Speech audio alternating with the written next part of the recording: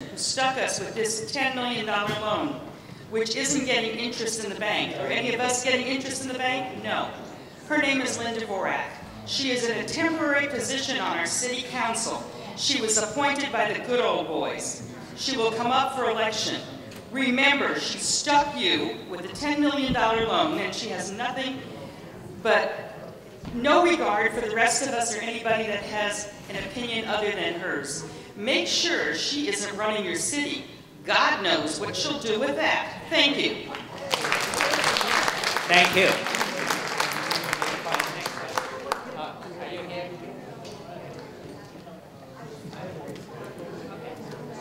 Okay, a quick comment. My name is Diane DeRay, 544F.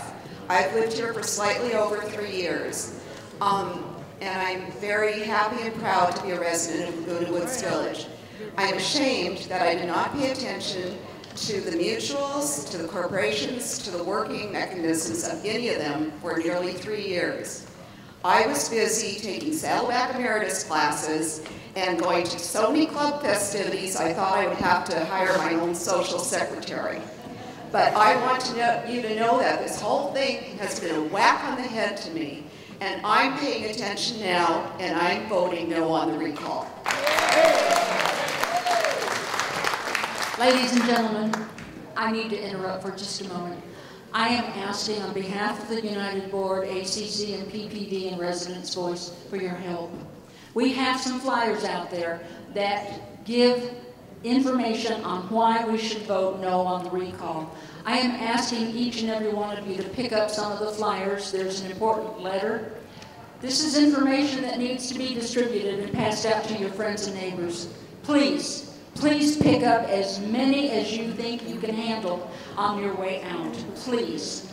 We have to keep our boots on the ground, and we have to defeat this recall. Only you and I can do it together, so please, thank you. Hello, my name is Sid Burston. I'm in 2011A in United.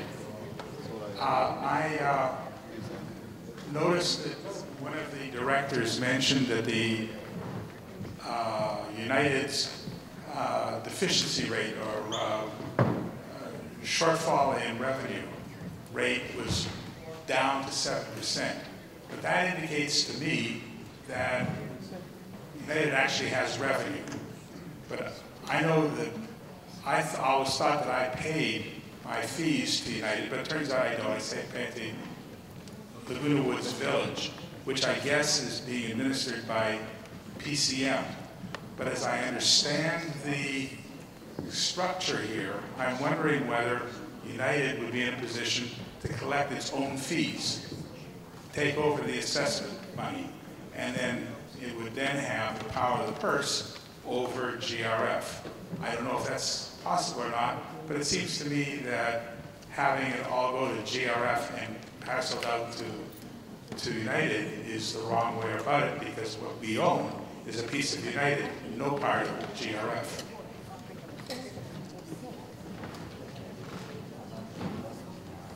My name is Sally Herrick, unit number 3H. Speak up a little louder. My name is Sally Herrick, unit 3H. We've only physically lived here for 2 months, and I feel I've attended a lot of meetings in that time, and I don't still have a full understanding of the pros and cons. I hear bits and pieces, but I don't hear the total story. I hear portions of the story. Right here in your handout, it says, even though regular elections will be in 60 days.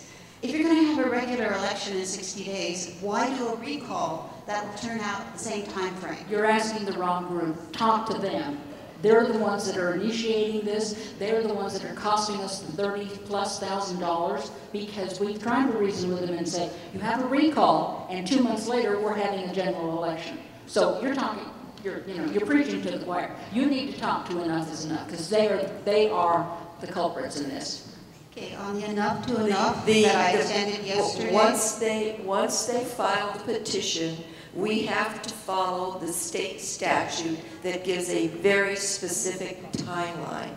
That's why it's being done this way.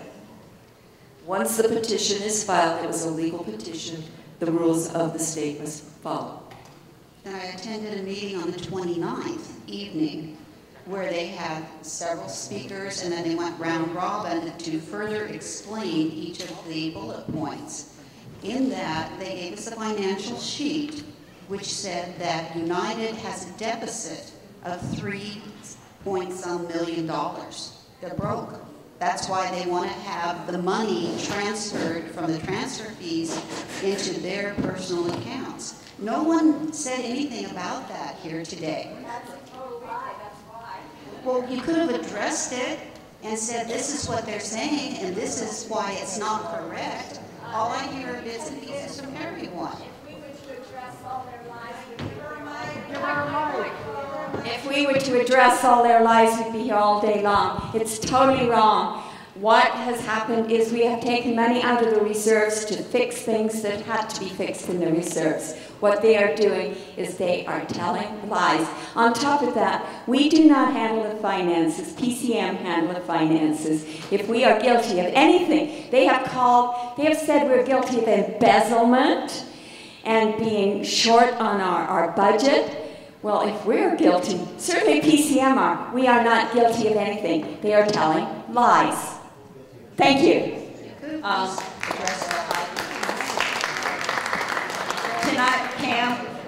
Pam, can I further address her question?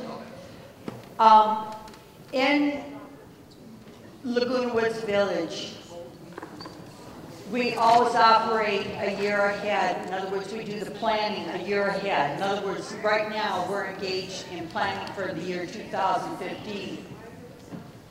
The people who come in and are the officers in 2015 will be working under our planning, not theirs.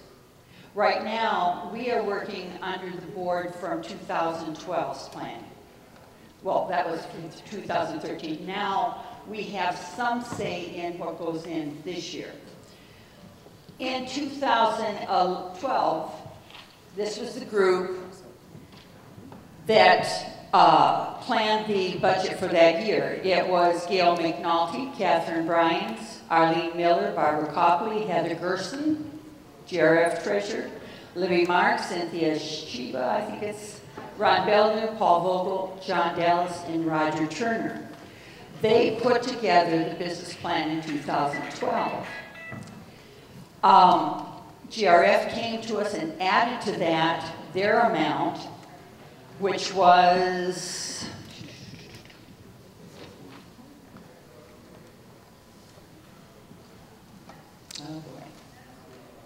they budgeted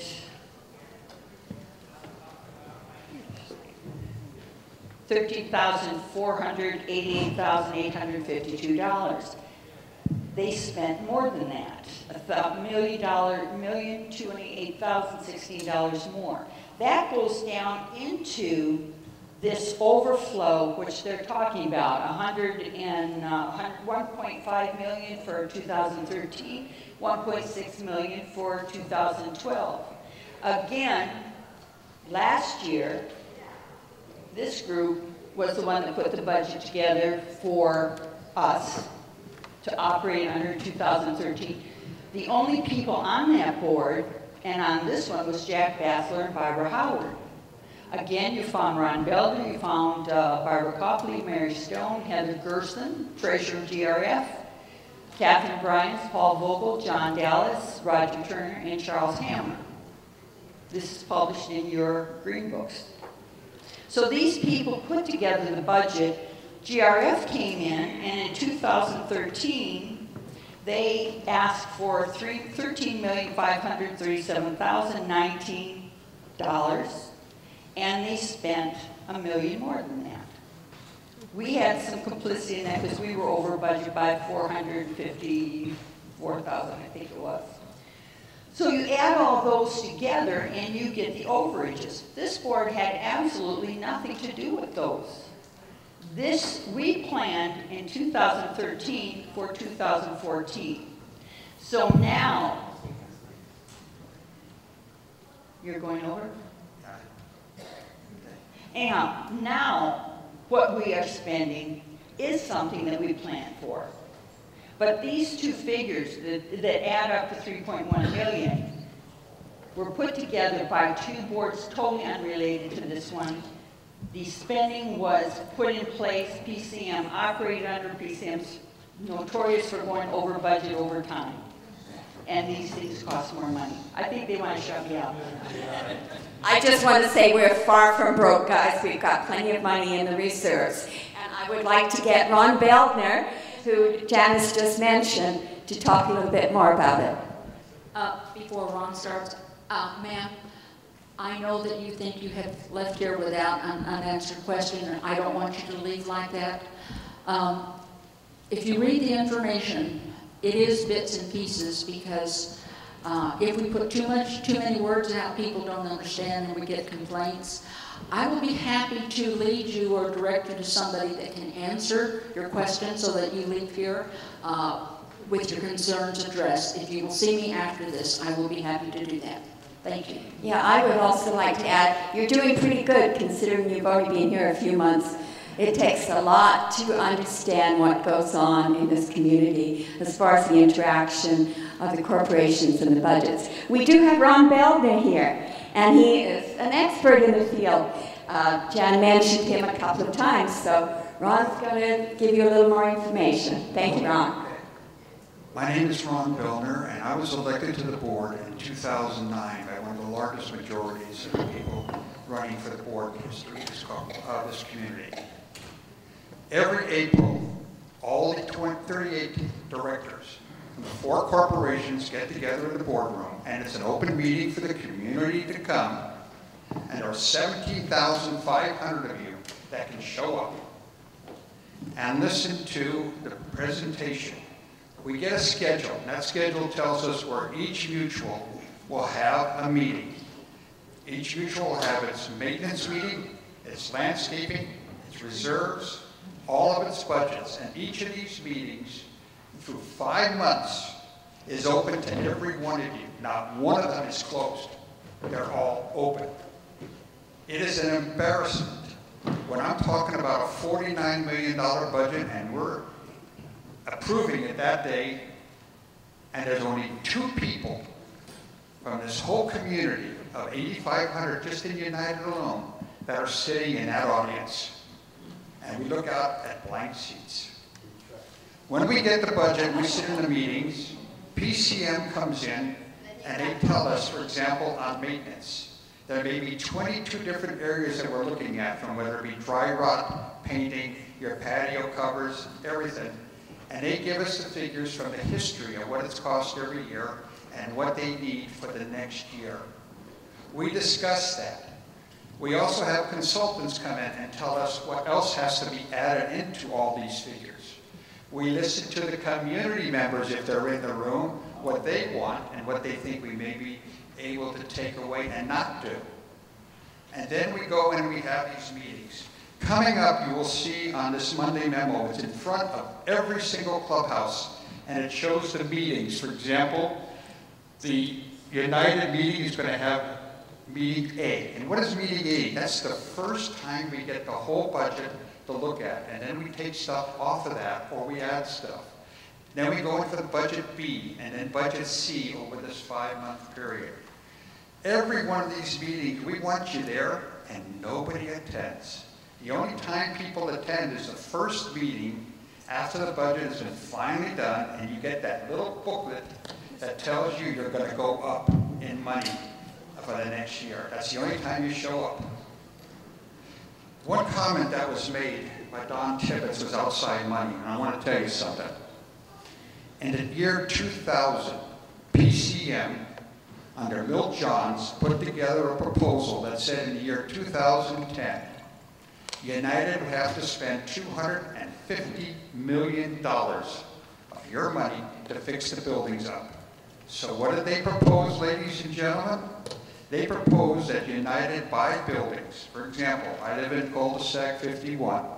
They would buy buildings 201, 2, 3, 4, 5, 6, 7, and 8, tear them down. They would give the residents fair market value. Now let's say they gave me $300,000. I have 2 options. Option one, I could move. Option two, United would buy some other buildings, let those people go, and I could rent a unit in that building that United owns. Then the developers, and they have it already arranged with developers to come in and build high-rise. There is no maximum stories in buildings in this community because you don't have the airport anymore. So they could build a 15-story building there. And I'd have first choice, since I'm renting from United, to come back into that building. The price could be $750,000 for those units. And if you think I'm kidding, that was the price for San Sebastian for their units the day they opened. So where am I going to get the other $400,000? And at my age, do I want to take another mortgage out? That was the plan, ladies and gentlemen. So if you don't think money's coming in from outside to fund these groups, you are very much mistaken. It is coming in. There are a lot of people in this community with agendas, and I thank you.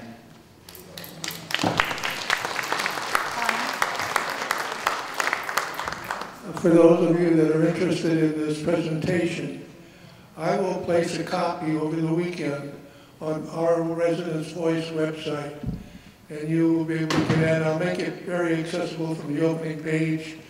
The address of the website is the letter R, voice, VOICE, .org.org. Give me till at least Monday, and I'll have it on there. Maxine McIntosh. I live right in the middle of United. As soon as my husband turned 55, we were down here picking out a home. We've been here over 20 years now. I've spent the last 10 years involved in governance, and I was on the United Board in 2006, 7, and 8. And I tell you, this board is terrific. This board is, I served on good boards. This board is more open than the boards on which I served. They really listen to the residents. Watch how they run members' comments. They never cut anybody off rudely.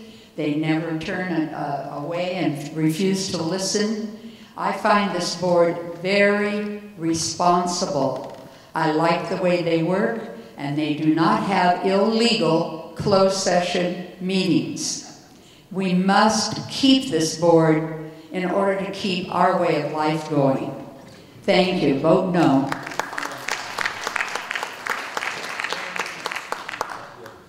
Well, I was at the Wednesday meeting as well, and I am like the brunette lady that spoke about.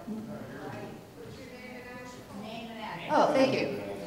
I'm at Phyllis Waite, and I'm at 3428 Bahia Lawn. Whatever. Okay, thank you. Anyway, I was at the meeting Wednesday night as well, trying to take in information. The brunette lady basically told my story, and that is I moved here to eventually evolve down and retire like the rest of us. And for all the reasons I came to this community, and I'm elated to this day. It kind of hit me over the head too, this whole thing. Like I said, my story is very much just like hers. What I want to say, I want to address the open seats here, because it really is a shame that something this profound that can affect our community isn't attracting more people. Likewise, at the meeting the 29th. My background is in leadership and management consulting, working with medical and dental practices. So I don't have nearly the breadth of experience, and I want to acknowledge the quality of people that volunteer to be on these boards, every single one of them. Everyone that was there Wednesday night, same thing. Tremendous quality, tremendous backgrounds, tremendous commitment. And it is further amazing that you spend your retirement the way you do. So my comment in a nutshell is, I would love to promote more people being attracted to filling these seats and learning the facts. And it's like a minefield listening to everybody, because you are all so articulate, so committed. You know, Wednesday night and now, and other people that I've met with. I'm just going to say, in quickly closing, in a nutshell, using terms like people are lying, using terms that are, any term close to that is not flattering. It does not attract people to want to join a movement. I personally, call me a Pollyanna, I don't believe that people are bald-faced lying. I think they gather their facts. There's a tremendous amount of facts together. I think at any given time and point, numbers that are given out are based on what's available to that person with their research in that moment. And it is very difficult to ferret out. This presentation was incredible. The information we got Wednesday night was incredible.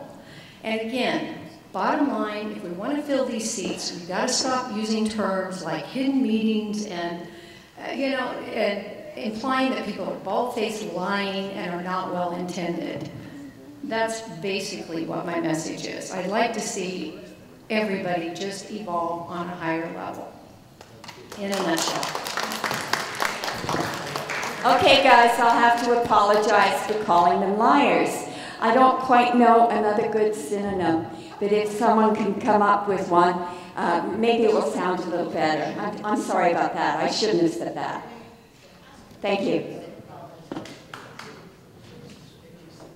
My name is Stan Feldstein, and I'm feeling terrible because an expression that I used, it was the last words I spoke as president of Third Mutual back in 2010, or rather I should say in 27.